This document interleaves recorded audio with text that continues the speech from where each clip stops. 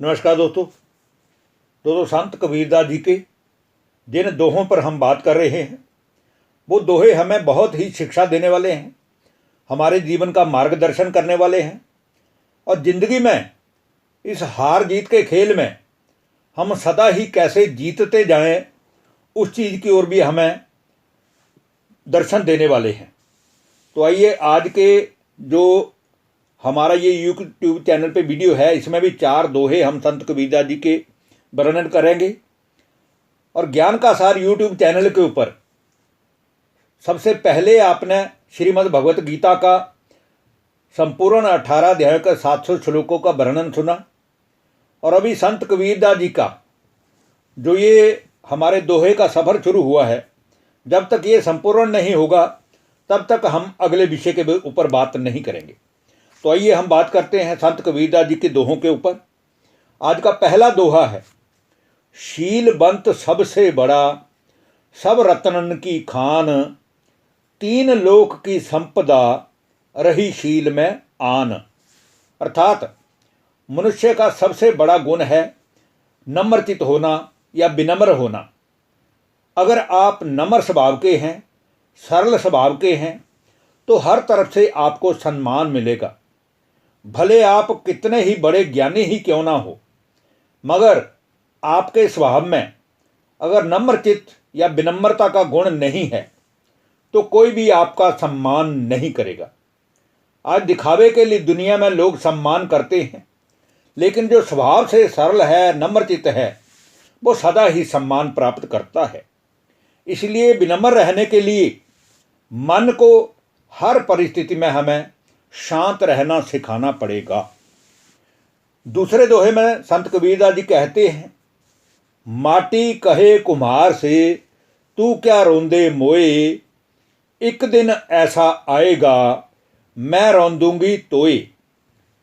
इस दोहे में संत कबीरदास जी शरीर का और आत्मा का जो आपसी रिश्ता है उसके बारे में बात कर रहे हैं।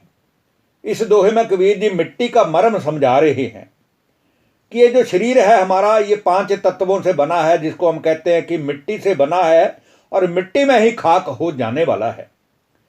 तो एक मिट्टी के बर्तन बनाने वाला कुम्हार भी जब इधर उधर की मिट्टी को इकट्ठी करके एक बर्तन बनाता है तो वो मिट्टी का बर्तन भी एक दिन टूट ही जाता है।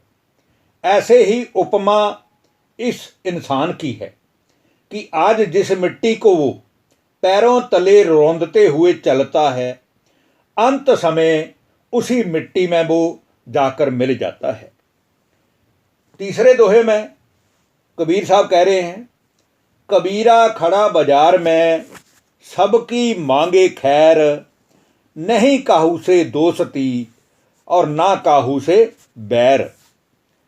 हम इस संसार में अपने अपने किए हुए कर्मों का खेल खेलने के लिए आए हैं। इसलिए इस विश्व के इतने बड़े बाजार में हमें ना तो किसी से बैर ही रखना है और ना ही किसी के दोस्ती के बंधनों में या माया के बंधनों में या मोह के बंधनों में, इन जंजीरों में बंधना है, बल्कि सबका भला करना है। फिर हमारा बुरा हो ये तो कभी हो ही नहीं सकता है।